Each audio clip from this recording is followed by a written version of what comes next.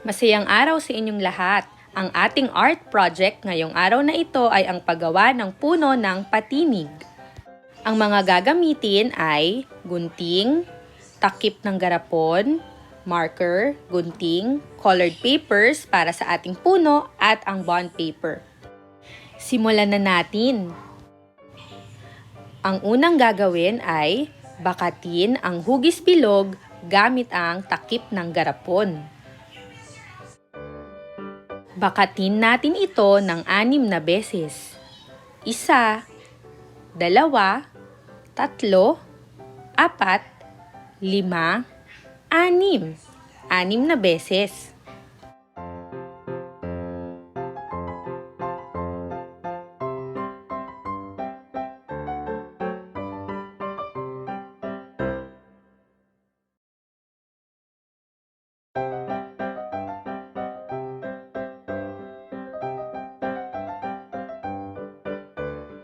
Pagkatapos bakatin ang takip ng garapon ay gugupitin natin ang mga nilikha nating mga bilog gamit ang ating gunting.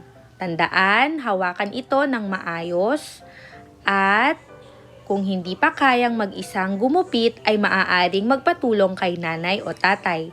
Tandaan po natin na tayo ay mag-ingat kapag tayo ay gugupit.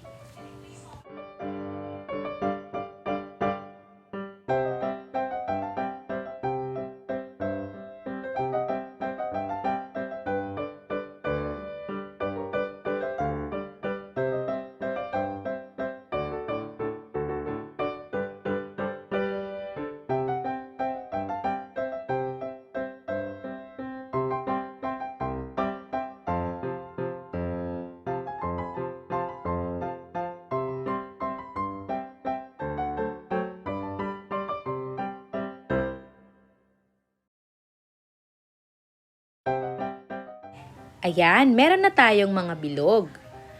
At ito ay kulay berde.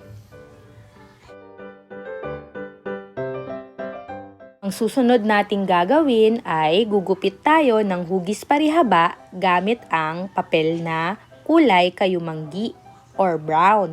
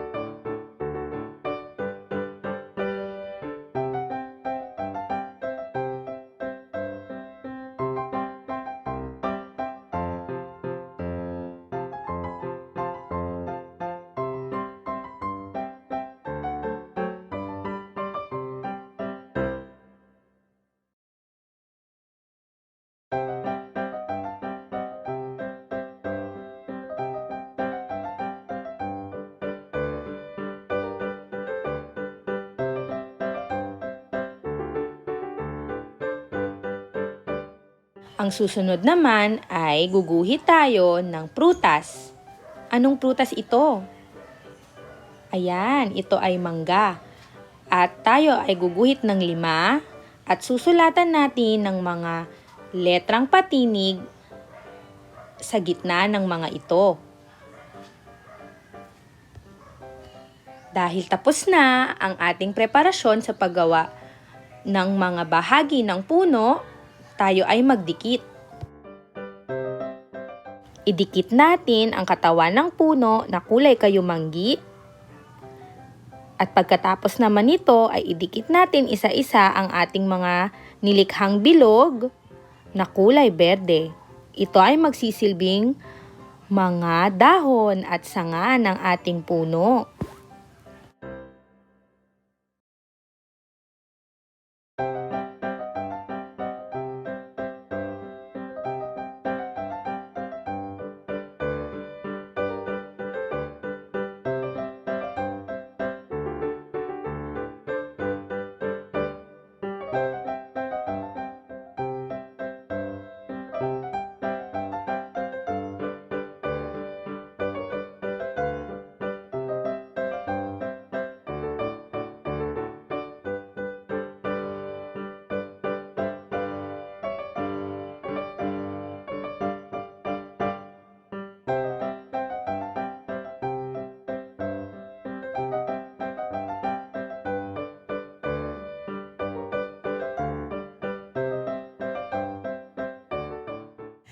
Sulatan natin ng salitang patinig sa ibaba ng ating bond paper.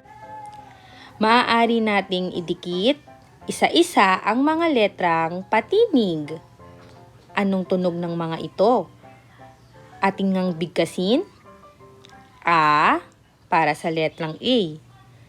E para sa letrang I. I para sa letrang I. O para sa letrang O. At U para sa letrang U.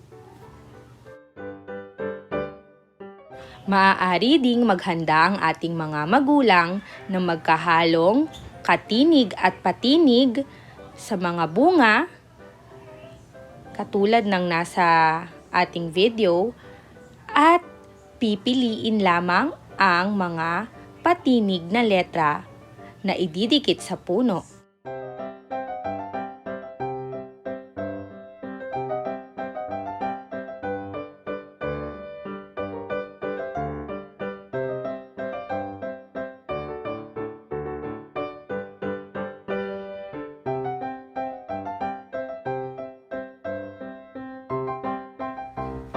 Meron na tayong puno ng patinig. Meron tayong A, E, I, O, at U. Mahusay mga bata! Hanggang sa susunod na ating art activity, nawa ay may natutunan kayo sa ating video. Bye!